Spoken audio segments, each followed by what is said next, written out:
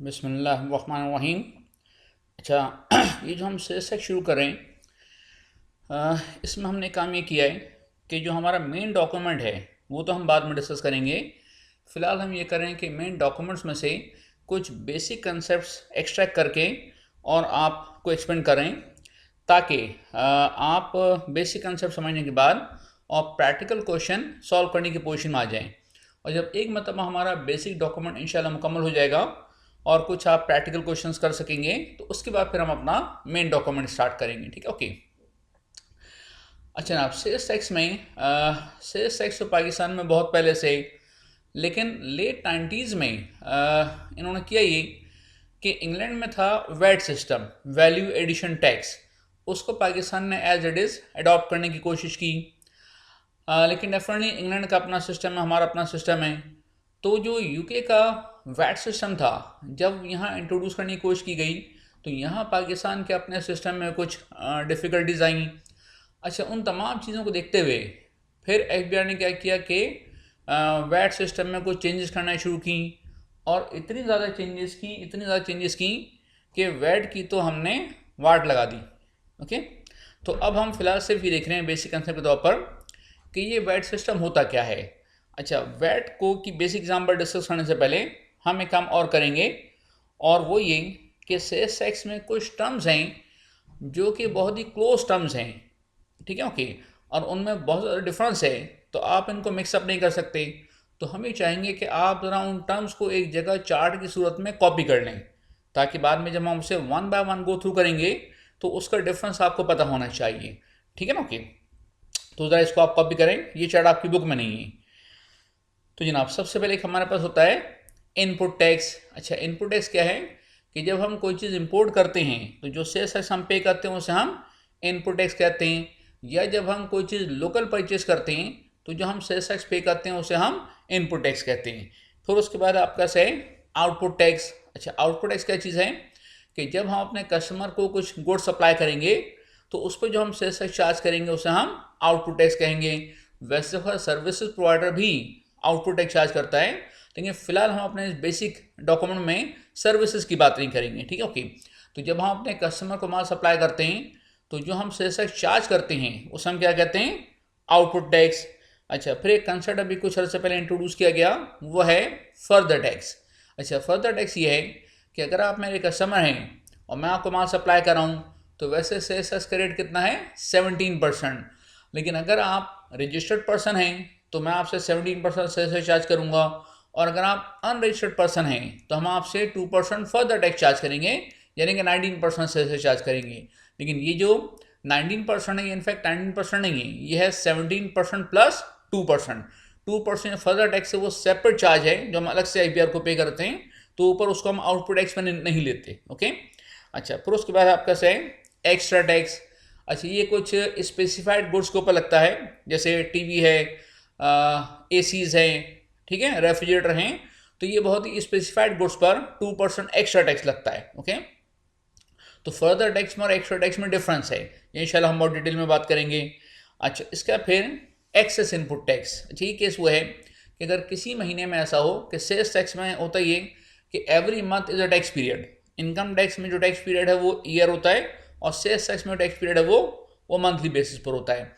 तो किसी महीने में ऐसा हो सकता है कि आपने परचेज ज़्यादा की हो और आपकी सेल्स कम हो, तो उस सूरत में आपका इनपुट टैक्स ज़्यादा होगा और आउटपुट टैक्स कम होगा। तो अब जो एक्सेस इनपुट टैक्स आ रहा है उसका फौरी तौर पर आपको रिफंड नहीं मिलेगा, बल्कि आप उसे कैरी फॉरवर्ड करेंगे, राइट। इसके बाद फिर अब आपका से एक्सेस टैक्स कलेक्शन। अच्छा, एक्सेस टैक्स कलेक्शन क्या है, ये है बाय मिस्टेक। अच्छा, होता ये सेल्स में इतने ज़्यादा नोटिफिकेशन आते हैं, इतने ज़्यादा एसआरओ आते हैं कि हर एक के लिए अपने आप को अपडेट रखना ज़रा मुश्किल होता है। तो फॉर एग्जांपल, अगर मैं होलसेलर हूँ और आप रिटेलर हैं, और एक पर्टिकुलर गुड जो हैं उसको एफबीआई ने एग्जाम कर दिया। अच्छा, हमारी नॉलेज में ये बात नहीं है, हम आपसे सेल्स चार्ज कर रहे हैं। अच्छा, आपको भी नहीं पता, आप रिटेलर हैं। अच्छा, आप जब एंड यूज़र को माल सप्लाई करें उसको भी नहीं पता। ठीक है, ओके। तो अब ऐसे में जो मैं आपसे बाय मिस्टेक से चार्ज कर रहा हूँ वो मैं एफबीआर को पे करूँगा या आपको रिफंड करूँगा, तो उसके लिए प्रोविजन ये है कि ये हम एफबीआर को पे कर देंगे। हाँ, अगर हम आपको वापस करना चाहते हैं तो उसके लिए ज़रूरी है कि हम ये एफबीआर को कन्विंस करें कि ये जो सेल्स इंसिडेंस है ये एंड यूज़र को पास ऑन नहीं हुआ है। ओके, अच्छा, फिर आपके पास एक रेजिडुअल इनपुट टैक्स। अच्छा, ये वो केस है कि ये पॉसिबिलिटी है कि हमारे पास एक रॉ मटेरियल हो, इनपुट टैक्स हमने पे किया हो, और इस रॉ मटेरियल से हम दो डिफरेंट टाइप्स की प्रोडक्ट बना रहे हूँ, दो डिफरेंट एक्टिविटीज़ में उसको इस्तेमाल कर रहा हूँ, जैसे कि एक टैक्सेबल गुड्स हो सकते हैं और एक एग्जाम गुड हो सकते हैं। ओके, तो जहाँ पर आपका एक से ज़्यादा कैटेगरीज होंगी वहाँ पर हम इस कॉमन इनपुट टैक्स, जिसे लॉ में रेजिडुअल इनपुट टैक्स कहा गया, हम इसकी करेंगे अपोर्शनमेंट। ओके, फिर एक कंसेप्ट होता है टैक्स फ्रैक्शन। अच्छा, टैक्स फ्रैक्शन ये है कि अगर कभी आपको क्वेश्चन में फिगर गिवन हो इंक्लूडिंग सेल्स टैक्स, ठीक है, तो अब हम उस पर डायरेक्ट, और हमें पता करना हो कि उस पर इनपुट टैक्स कितना है, तो हम डायरेक्टली 17% वर्कआउट नहीं करेंगे, हम क्या करेंगे 17 divide by 117 multiply by total value, तो फिर हमारे पास इनपुट टैक्स की फिगर आ जाएगी। अच्छा, फिर ये जो हमने रेजिडुअल इनपुट टैक्स डिस्कस किया था उसी की हम करते हैं अपोर्शनमेंट, तो बाकायदा उसका रूल है, और आपके एग्जाम के लिए ये अपोर्शनमेंट जो है ये बहुत ज़्यादा इंपॉर्टेंट है, इसलिए कि इसके बगैर प्रैक्टिकल क्वेश्चन तो मतलब बहुत ही कम है। अच्छा, फिर उसके बाद ये जो हमने अपोर्शनमेंट किया है इसमें कंसेप्ट होता है प्रोविजनल एडजस्टमेंट, एक होता है फाइनल एडजस्टमेंट, और फिर उसका एक कंसेप्ट है मिनिमम वैल्यू एडिशन, जो कि कमर्शियल इंपोर्टर के लिए स्पेसिफिकली इंपॉर्टेंट है। तो अब वो हम इसको डिस्कस करेंगे। अच्छा, पूरा चार्ट हमने आपको क्यों कॉपी करवाया है, क्योंकि देखिए बात ये कि एक तो आपने चार्ट कॉपी कर लिया है, फिर जब आप इसको one by one in terms को गो थ्रू करेंगे तो फिर आपको चार्ट दोबारा रेफर करना पड़ेगा, ताकि इनके डिफरेंसेस को भी आप नोटिफाई करते रहें। क्योंकि होगा क्या कि अगर क्वेश्चन आता है मिसाल के तौर पर एक्सेस इनपुट टैक्स के बारे में और आप लिख के आ जाएं रेजिडुअल इनपुट टैक्स, तो आपको मार्क्स नहीं मिलेंगे। ठीक है, क्वेश्चन आ जाए एक्स्ट्रा टैक्स के बारे में, आप लिख के आ जाएं फर्दर टैक्स के बारे में, तो आपको मार्क्स नहीं मिलेंगे। तो बहरहाल ये तो हमने कुछ बेसिक चार्ट आपसे कॉपी करवाया। अब उसके बाद अगर हम ज़रा पहले से भी देख लें, अच्छा ये तो एक बेसिक कुछ चीज़ें हैं, उसको आप पढ़ लीजिएगा, ये कोई इतना इंपॉर्टेंट नहीं है। देखिए असल चीज़ जो है वो हमारी है एग्जाम्पल नंबर 1। अच्छा, एग्जाम्पल नंबर 2 जो 1 है ये सिंपल वैट सिस्टम है कि इसमें कोई हम स्पेशल प्रोसीजर रूल्स की बात नहीं कर रहे हैं, ये पाकिस्तान के सिस्टम की बात नहीं कर रहे हैं, ये हम प्योर वैट की बात कर रहे हैं कि अगर वैट है तो उसमें इनपुट आउटपुट एडजस्टमेंट कैसे होगा, सप्लाई चेन किसे कहेंगे। तो इसका एक बेसिक आंसर समझ लीजिएगा। एक होती है हमारी सप्लाई चेन। अच्छा, अगर हमें कंप्लीट सप्लाई चेन की बात करते हैं तो भाई इंपोर्टर ने क्या किया, इंपोर्ट किया, फिर उसे इंपोर्ट करने के बाद माल सप्लाई किया किसको, होलसेलर को, ये रॉ मटेरियल का होलसेलर है। फिर माल आया किसके पास, मैन्युफैक्चरर के पास, वहाँ से माल फिर दोबारा होलसेलर के पास आया। ये होलसेलर कौन सा है, ये है फिनिश गुड्स का होलसेलर। फिर माल किसके पास आए, रिटेलर के पास, और आखिर में आए एंड यूजर के पास। ये आपका से कंप्लीट सप्लाई चेन। अच्छा, अब हर केस में जरूरी नहीं कि ये कंप्लीट सप्लाई चेन हो, क्योंकि बाजू का क्या होता है कि कुछ मैन्युफैक्चर ऐसे हैं जो कि डायरेक्टली रिटेलर को माल सप्लाई करते हैं, लेकिन ये बहुत कम है। इसलिए कि अगर कोई मैन्युफैक्चरर डायरेक्टली रिटेलर को माल सप्लाई करना चाहता है तो उसके लिए फिर उसके पास पूरा डिस्ट्रीब्यूशन नेटवर्क होना चाहिए, जो कि ज़रा एक पाकिस्तान का मुश्किल काम है कि आप मैन्युफैक्चरिंग भी करें और डिस्ट्रीब्यूशन को भी आप देखें। ओके, अच्छा, अब अगर हम बिल्कुल एक वैट सिस्टम की बात करें कि जिसमें कोई पाकिस्तान के कंसेप्ट फिलहाल एप्लीकेबल नहीं है, तो ये जहन में रखिएगा एग्जाम्पल नंबर 1 पाकिस्तान की एग्जाम्पल नहीं है। ये पहले हम प्योर वैट सिस्टम को समझेंगे, फिर उसके बाद एग्जाम्पल नंबर 2 पे जब आएंगे तो वो होगी पाकिस्तान की एग्जाम्पल। ओके, अच्छा ना, अब ये एग्जाम्पल है ज़रा सिंपल, लेकिन आपको समझना पड़ेगा, ठीक है, ताकि बेसिक कंसेप्ट ज़रा क्लियर हों, और हम अज्यूम ही करें कि आपको सेल्स के बारे में कुछ नहीं पता। ठीक है, देखिए इंपोर्टर ने इंपोर्ट किया, इंपोर्ट वैल्यू कितनी है 9200। अच्छा, ये भी बेहतर है आपके लिए कि आपके पास एक कैलकुलेटर हो, ताकि आप खुद भी ज़रा फिगर्स कैलकुलेट कर सकें, आप खुद भी ज़रा इसमें इन्वॉल्व हों। तो अगर इंपोर्टर ने इंपोर्ट किया है और वैल्यू है इंपोर्ट वैल्यू 9200, तो इसका 17% उसने पे किया होगा कहाँ पर, इंपोर्ट विशेष पर। अच्छा ना, अब ये पे किया गया है 1564, ये उसके लिए हो गया क्या, इनपुट टैक्स। अब इंपोर्टर ने ये तो पे कर दिया, फिर इंपोर्टर ने सोचा ये कि उसका जो मार्जिन है वो है 1800, तो 9200 उसकी इंपोर्ट वैल्यू है, उसमें 1800 उसने प्लस किया, तो उसकी सेल वैल्यू क्या हो गई 11,000 पर उसने सेल्स टैक्स चार्ज किया कितना 17% के हिसाब से तो वो बना 1870। तो अब इस केस में इसका जो इनपुट टैक्स है वो है 1564, जो इसका आउटपुट टैक्स है वो है 1870, और वो क्या करेगा, एफबीआर को मस्जिद पे कर देगा 306। तो अब जरा सुनेगा, ये जो 1870 इम्पोर्टर ने चार्ज किया होलसेलर से, ये वो एफबीआर को पे कर रहा है, लेकिन कैसे पे कर रहा है, वो ऑलरेडी पे कर चुका है 1564, वो फिर अपनी जेब में डालेगा चूंकि ऑलरेडी पे कर चुका है, और जो फर्दर है 306 ये वो पे कर देगा। ओके, इसका मतलब कि जो कमर्शियल इम्पोर्टर है वो 2 दफ़ा से सच पे करता है एफबीआर को, एक इम्पोर्ट स्टेज पर जैसे ही माल क्लियर कराएगा, और ये जो बाकी जो पे कर रहा है 306 वो कैसे पे करेगा, जो मंथ एंड होगा उसके बाद नेक्स्ट मंथ के 15 तक ये पेमेंट होती है। ओके, हर महीने की 15 को पेमेंट होगी नेक्स्ट जो प्रीवियस मंथ हो उसकी। ठीक है, अच्छा फिर हम आते हैं होलसेलर के पार्ट पर। अच्छा, अब होलसेलर ने परचेस कितने में किया, 11,000 प्लस 1870। अच्छा अब जरा सुनिएगा, ये जो हमारा होलसेलर है जो रजिस्टर्ड है ना, तो जब भी कोई शख्स रजिस्टर्ड हो सेल्स टैक्स में और वो सेल्स टैक्स पे करे, तो वो उसकी बैलेंस शीट का आइटम होता है, वो उसकी परचेस कॉस्ट का पार्ट नहीं बनता। ठीक है ना, अगर कोई भी शख्स होलसेलर हो या मैन्युफैक्चरर जो भी हो, जब भी कोई शख्स सेल्स टैक्स में रजिस्टर्ड होगा और वो ऑफिशियली जा रहे सेल्स टैक्स चार्ज कर सकता है कस्टमर से, तो जब वो सेल्स टैक्स पे करता है वो उसकी परचेस कॉस्ट का पार्ट नहीं होता, बल्कि उसके लिए बैलेंस शीट का आइटम होता है, क्योंकि ये अमाउंट रिकवरेबल है फ्रॉम कस्टमर। ओके, अच्छा अब इसका मार्जिन कितना है, 600 रुपीज़ का। तो 11,000 इसकी परचेस प्राइस है, 600 इसका मार्जिन है, तो ये हो गया 11,600, जिस पर इसने सेल्स कितना चार्ज किया, 1972। तो अब इसका इनपुट टैक्स है 1870, आउटपुट है 1972, तो इसने 102 एफबीआर को पे करना है। अब इसमें यहाँ पर हम जरा थोड़े से बेसिक कंसेप्ट शेयर करेंगे आपके साथ। देखिए, पहली बात तो ये कि जो होलसेलर है, जब इसने परचेस के वक्त सेल्स टैक्स पे किया था 1870, तो ये इसने डायरेक्टली एफबीआर को नहीं पे किया, इसने पे किया किसको, अपने सप्लायर को। तो जब हम कोई चीज़ परचेज करते हैं लोकली, तो हम जो सेल्स टैक्स पे करते हैं वो अपने सप्लायर को पे करते हैं। फिलहाल हम विदआउट टैक्स की बात नहीं कर रहे हैं। ओके, हम पे करते हैं किसको, अपने सप्लायर को, और सप्लायर फिर अपना इनपुट एडजस्टमेंट करने के बाद एफबीआर को पे करता है। ठीक है ना, तो हम जो एफबीआर को डायरेक्टली पे करेंगे वो कौन सा है, इनपुट आउटपुट का डिफरेंस, यानी कि 102। ठीक है, अच्छा अब अगर आपका कैलकुलेटर है तो आप एक काम करें कि हमारा जो मार्जिन है यही हमारा वैल्यू एडिशन है। तो वैल्यू एडिशन हम किसे कहते हैं, तो इसको आप कॉपी कर लें कि value addition is the difference between purchase price and sale value.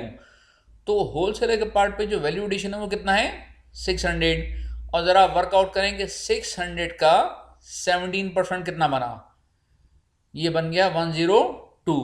तो हर शख्स अपनी वैल्यू एडिशन पर एफबीआर को सेल्स टैक्स पे करता है, और जो परचेज के वक्त है वो अपने सप्लायर को पे कर चुका है।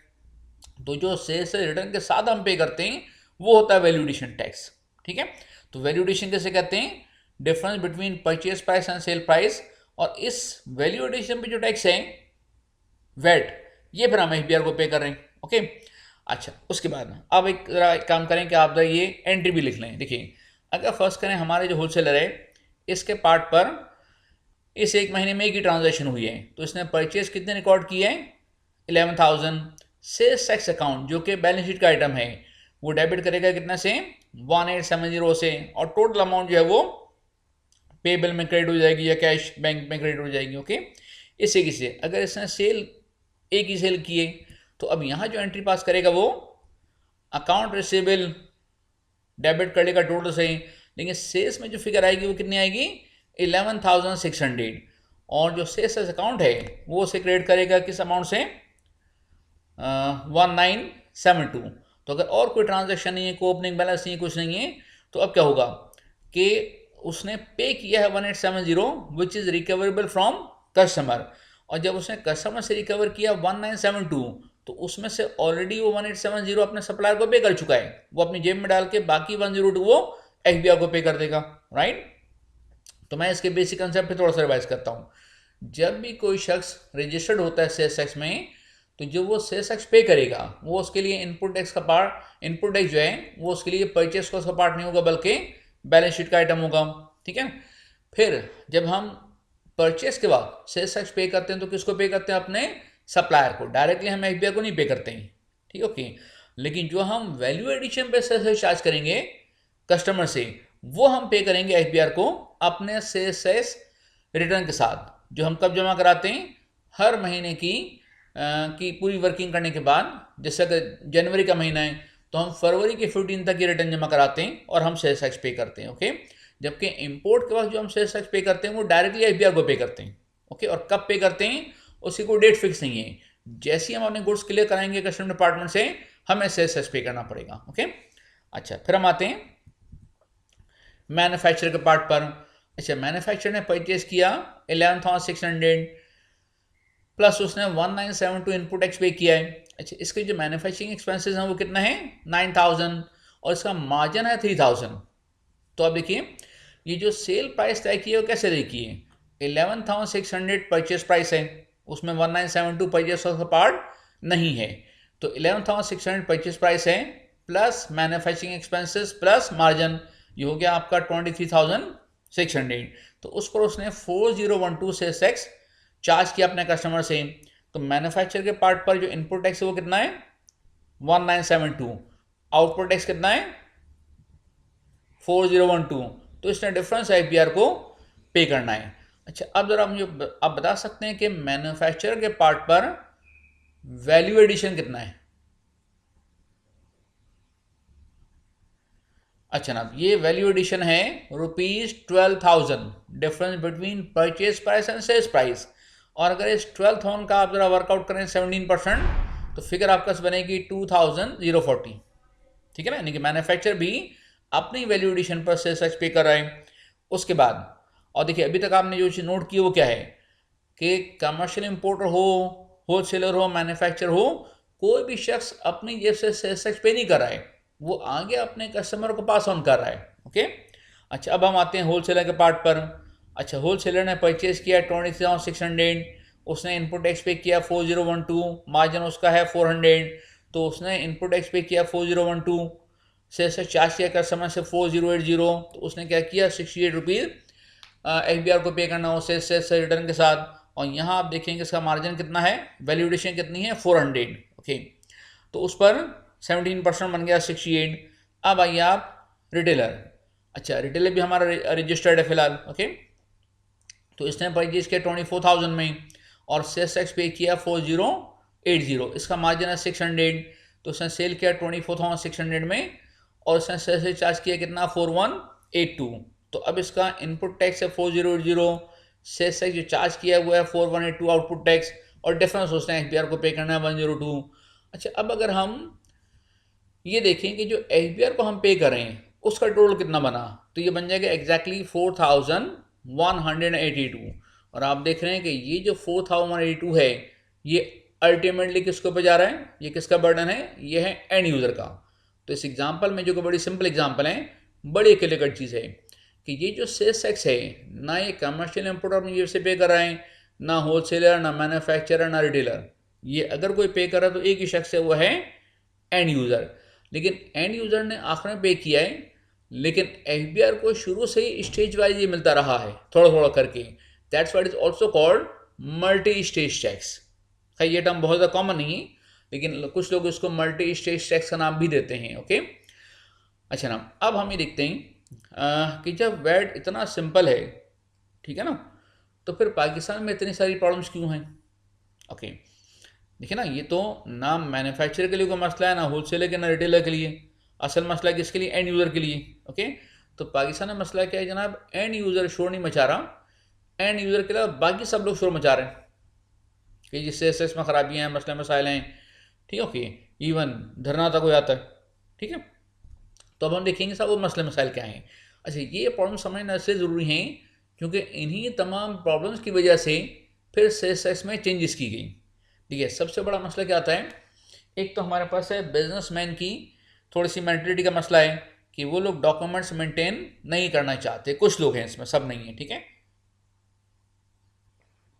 अच्छा, ये मसला इससे हल होता जा रहा है। दूसरा मसला जो है वो है, सबसे बड़ा मसला वो है खुद सेल्स डिपार्टमेंट। कैसे? सुने ज़रा, देखिए, अगर हम ज़रा होल सेल पर वापस आ जाएं, हमारे इस होलसेलर सीरियल नंबर 4 पर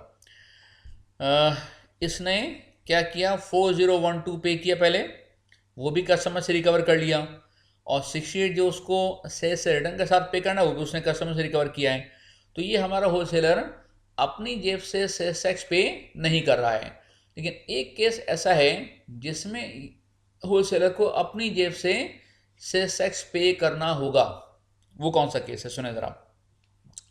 भाई आप होलसेलर हैं, फॉर एग्जाम्पल मैं सेल्स डिपार्टमेंट का कमिश्नर हूँ, तो मैं आपके पास आकर के आपका ऑडिट कर सकता हूँ सेल्स टैक्स का। अच्छा, और डिपार्टमेंट जब ऑडिट करता है तो वहाँ उनके जहन में शायद ऑडिट का मतलब ही होता है सेल्स इंक्रीज करना। इनकम टैक्स ऑडिट होगा तो इनकम इंक्रीज करेंगे, सेल्स टैक्स ऑडिट होगा तो सेल्स इंक्रीज करेंगे। तो अच्छा, हम बहुत आसानी से कह सकते हैं ना कि आपके अकाउंट जो हैं वो अनवेरीफाइबल हैं, कोई ना कोई डिफेक्ट तो निकल ही आता है, नहीं भी निकलेगा तो हम निकाल देंगे, ओके। और उसका फिर हम ये कहेंगे कि जनाब आपका तो सेल्स टैक्स अकाउंट जो है वो अनवेरीफाइबल हैं, और हम ये जूम करें कि आपकी सेल जो है वो आपने अंडर डिक्लेयर की है, ठीक है ना। अच्छा, और दूसरे के साथ वो हमारे पास एक रीज़न क्या होता है कि आपके अकाउंट्स भी में भी डिफेक्ट्स हैं। दूसरा, आप एक प्रोडक्ट बना रहे हैं, वो आप बेच रहे हैं 100 रुपीज़ की, आपका कॉम्पिटिटर वही प्रोडक्ट बेच रहा है 250 रुपीज़ की, और आपको पता है कि मार्केट में सेम प्रोडक्ट क्या डिफरेंट प्राइस पे सेल होती हैं, बिल्कुल होती हैं। सबसे अच्छे एग्जाम्पल्स क्या है, गारमेंट, ठीक है। एक शर्ट आप 400 की परचेज करते हैं, वही शर्ट आप 4000 की परचेज करते हैं, कि अगर किसी ब्रांडेड शॉप से आपने लिए, ठीक है, ओके। तो बात ये कि डिफरेंस होता है, ठीक है। अब सुनिए ज़रा, अगर सेल्स डिपार्टमेंट इस होलसेलर की थोड़ी बहुत भी सेल एस्टिमेट करके और उसको कहे कि उस पर ज़रा वो 17% सेल्स टैक्स और पे करें, तो वो जो एडिशनल सेल्स टैक्स है जो ऑडिट के नतीजे में डिमांड किया जा रहा है, वो ये अपने कस्टमर से चार्ज नहीं कर सकता, ठीक है ना। अगर आप होलसेलर हैं, क्या आप कस्टमर को कह सकते हैं कि जनाब ऑडिट में सेल्स इंक्रीज हो गई तो ज़रा और हमें सेल्स टैक्स पे कर दें? It is not possible. तो वो सेल्स टैक्स फिर आपको अपनी जेब से पे करना होगा। और देखिए, इनकम में भी इंक्रीज करने का पावर उनके पास होता है। अगर वो इनकम इंक्रीज करते हैं तो उसका होगा 32%, अगर आप कंपनी में से पर, और सेल्स में सेल्स टैक्स में सेल्स का 17%। तो इनकम का 32% इतना ज़्यादा नहीं होता जितना सेल्स का 17% होता है, ओके। और ऐसे काफ़ी केस हुए हैं कि जब उन्होंने सेल्स एस्टिमेट की तो जो एडिशनल सेल्स उन्होंने डिमांड की है वो उनके मार्जिन से भी ज़्यादा थी, ठीक है, ओके। क्योंकि थोड़ी बहुत भी सेल्स इंक्रीज करके अगर वो 17% डिमांड करेंगे तो आपको पता है होलसेलर का मार्जिन तो ज़रा बहुत ज़्यादा नहीं होता है, कम होता है।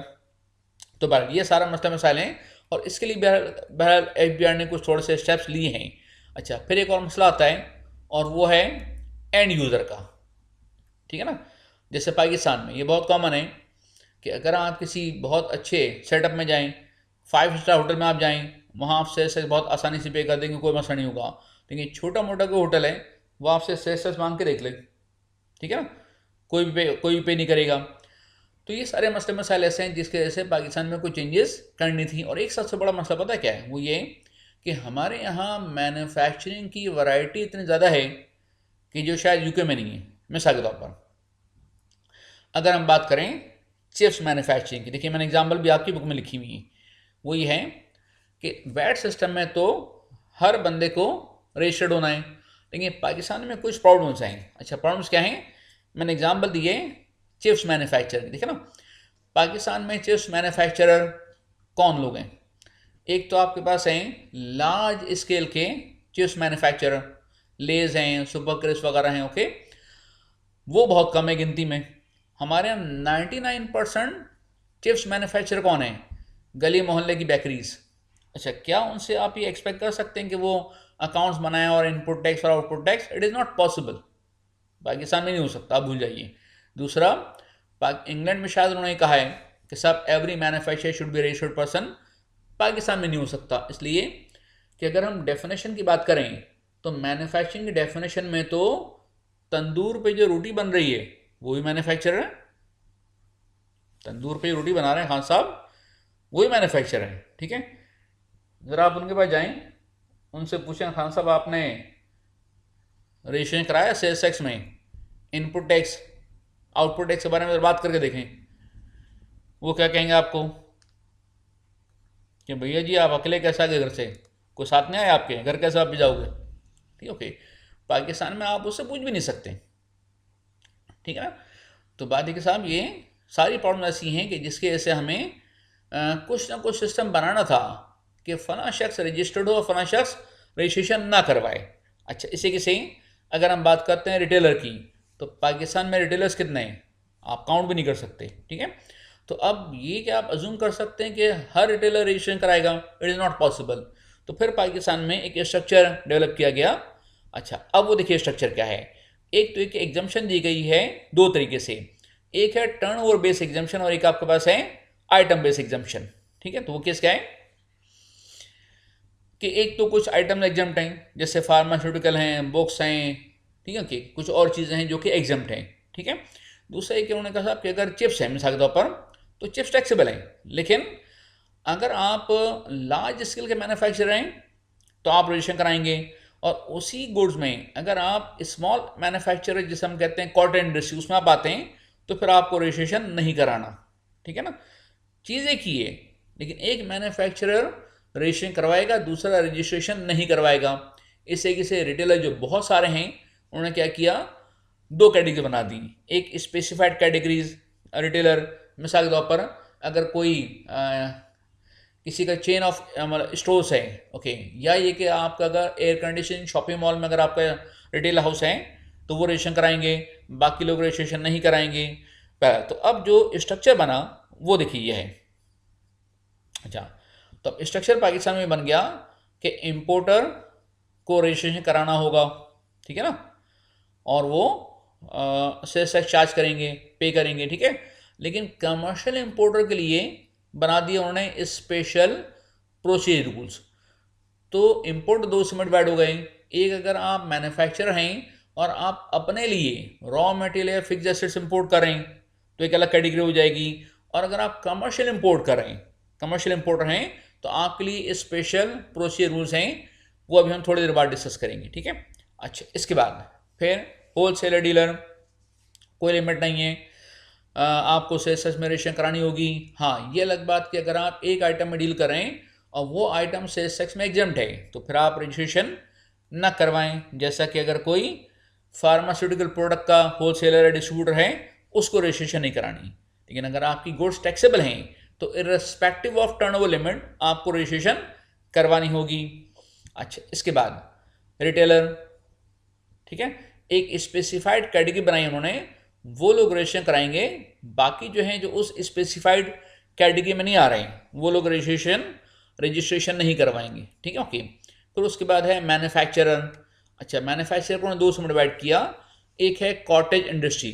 अगर आप कॉटेज इंडस्ट्री की डेफिनेशन में आते हैं तो आप एग्जम्प्ट हैं, ठीक है, आइटम आपके टैक्सेबल होंगे। लेकिन अगर आप कॉटेज इंडस्ट्री की डेफिनेशन में आ जाते हैं तो फिर आप एग्जाम्प्ट में होंगे और आपको सेस चार्ज नहीं करना होगा। और अगर आप कॉटेज इंडस्ट्री में नहीं आते तो फिर आपको रजिस्ट्रेशन करवानी होगी। तो हम ये देखते हैं कि साहब कॉटेज इंडस्ट्री की डेफिनेशन क्या है। मैं रिक्वेस्ट कि आप जरा इसको पढ़ लें।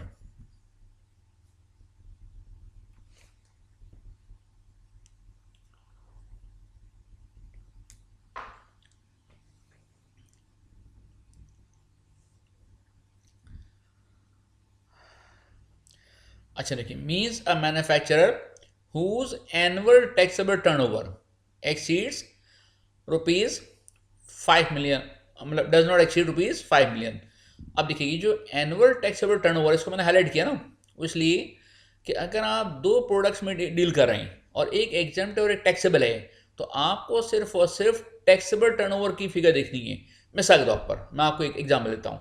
ये लास्ट 12 मंथ्स की हम बात कर रहे हैं ना, भाई पाकिस्तान में ब्रेड एग्जम्प्ट है, तो जो ब्रेड कंपनीज हैं, ठीक है, वो साथ में केक भी बना रही। केक टैक्सेबल है, ठीक है, हम तो वो कप केक आपने देखा होगा ना। अच्छा, तो केक जो है वो टैक्सेबल है। तो फॉर एग्जांपल मैं मिसाल दे रहा हूँ आपको, अगर लास्ट 12 मंथ्स में किसी कंपनी की ब्रेड की जो सेल है वो है 30 मिलियन और जो केक की सेल है वो है 4 मिलियन, तो क्या उस कंपनी को रजिस्ट्रेशन करानी होगी? The answer is no. इसलिए कि रजिस्ट्रेशन के लिए क्राइटेरिया क्या है? Annual taxable turnover. मैं इसको शुरू से पढ़ता हूँ। means a manufacturer whose annual taxable turnover during the last 12 months ending any tax period does not exceed rupees 5 million। तो आप सुनिए, सेल्स टैक्स में तो होता है एवरी मंथ, तो यहाँ 12 मंथ्स की बात की क्यों उन्होंने? इसलिए कि जो 5 मिलियन की जो टर्नओवर है ये एक महीने की नहीं है, ये है during the last 12 months ending any tax period. अच्छा, इसका मतलब क्या हुआ? ये लास्ट 12 मंथ्स कोई आपका फाइनेंशियल ईयर एंड नहीं है, ये कोई कैलेंडर ईयर नहीं है जनवरी दिसंबर। बात सिर्फ इतनी सी है कि साहब अगर फिलहाल इस वक्त महीना चल रहा है लेट्स से अक्टूबर, तो अब इसमें लास्ट 12 मंथ्स क्या होंगे? लास्ट 1 अक्टूबर से लेकर के और जनाब 30 सितंबर तक। फिर कुछ अर्से के बाद अगर नवंबर स्टार्ट होता है तो अब लास्ट 12 मंथ्स क्या होंगे? लास्ट 1 नवंबर से लेकर के और अक्टूबर के एंड तक, राइट। तो हर महीने क्या होगा? आपका एक महीना आउट हो जाएगा, एक महीना इन हो जाएगा। तो अगर लास्ट 12 मंथ्स में आपकी जो टर्नओवर है वो 5 मिलियन से ज़्यादा ना हो तो आप कॉटन इंडस्ट्री की डेफिनेशन में आएंगे। फिर एक और कंडीशन है, वो क्या है? 5 मिलियन और हुज एनुअल यूटिलिटी बिल्स, जिसमें इलेक्ट्रिक, गैस और टेलीफोन है, during last 12 months ending at expired do not exceed rupees 800,000। Okay, तो आपके जो यूटिलिटी बिल्स हैं एनुअल वो भी 8 लाख से ज़्यादा नहीं होने चाहिए। अब ये जो वर्ड है 5 मिलियन और 8 लाख के बीच में, और इससे कन्फ्यूजन होता है कि साथ दोनों में से आपको एक कंडीशन फुलफिल कर दें तो आप कॉटन इंडस्ट्री की डेफिनेशन में आ जाएंगे, लेकिन ऐसा नहीं है। आपको कॉटन इंडस्ट्री की डेफिनेशन में आने के लिए दोनों कंडीशन फुलफिल करनी पड़ेंगी। ये जरा पैराग्राफ पढ़ें।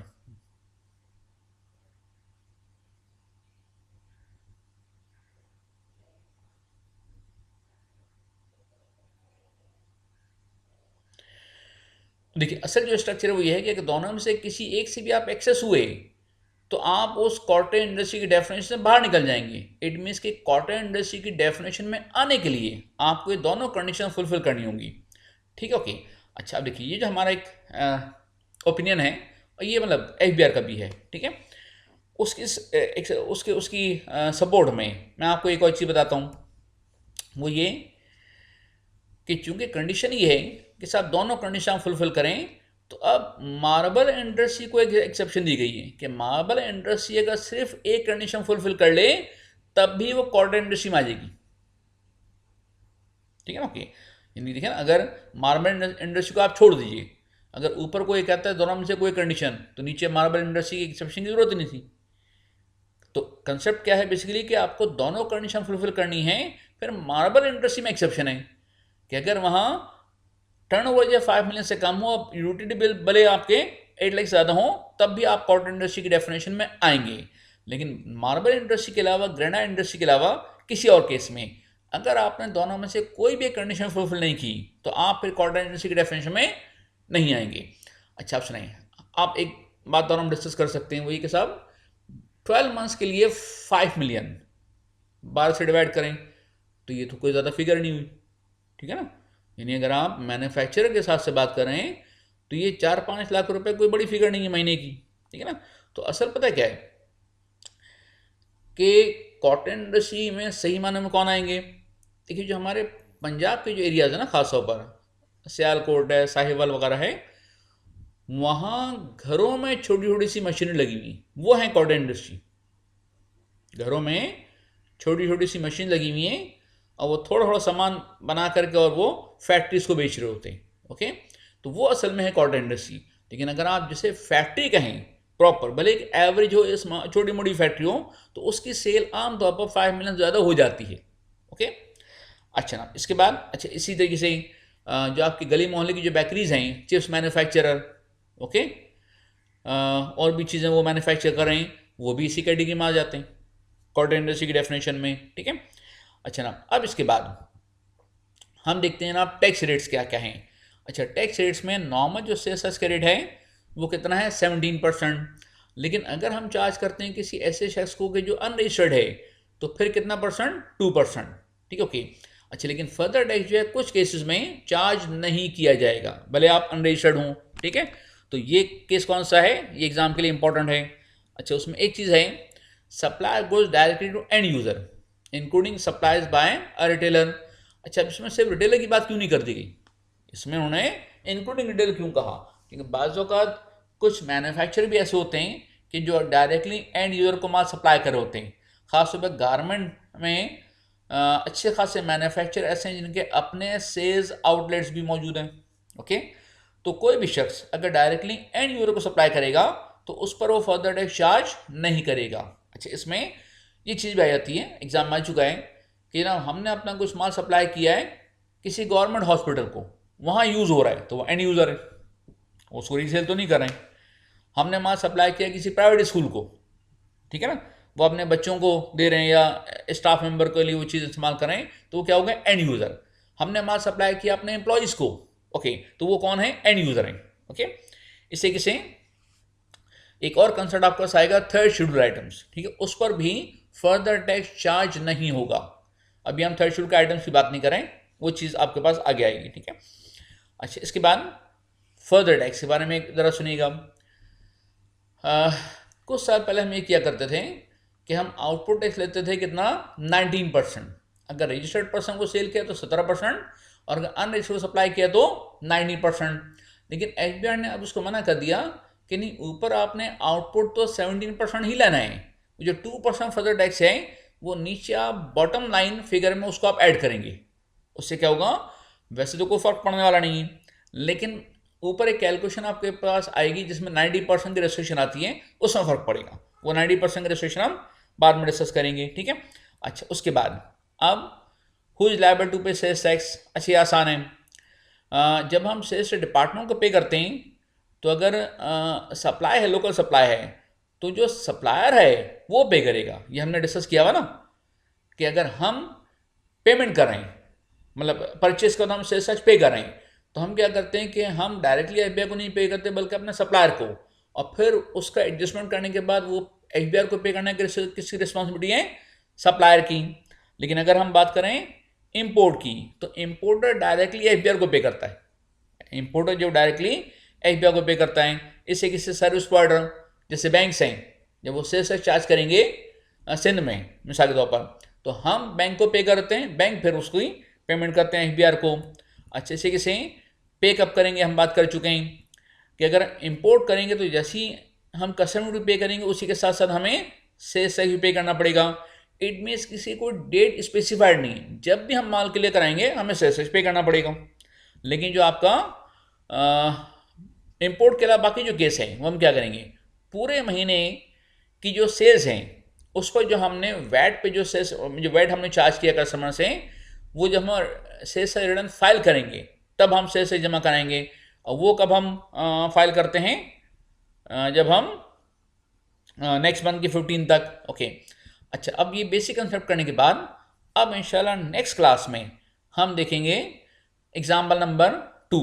अच्छा, एग्जाम्पल नंबर 2 में हमने क्या किया है कि मैन्युफैक्चरर को और रिटेलर को अनरजिस्टर्ड रखा है, ताकि हम ये देख सकें कि अगर हमारी सप्लाई चेन के बीच में कोई अनरजिस्टर्ड पर्सन आ जाता है तो हमारे इनपुट आउटपुट एडजस्टमेंट पर क्या इफेक्ट पड़ेगा। ठीक है, थैंक यू।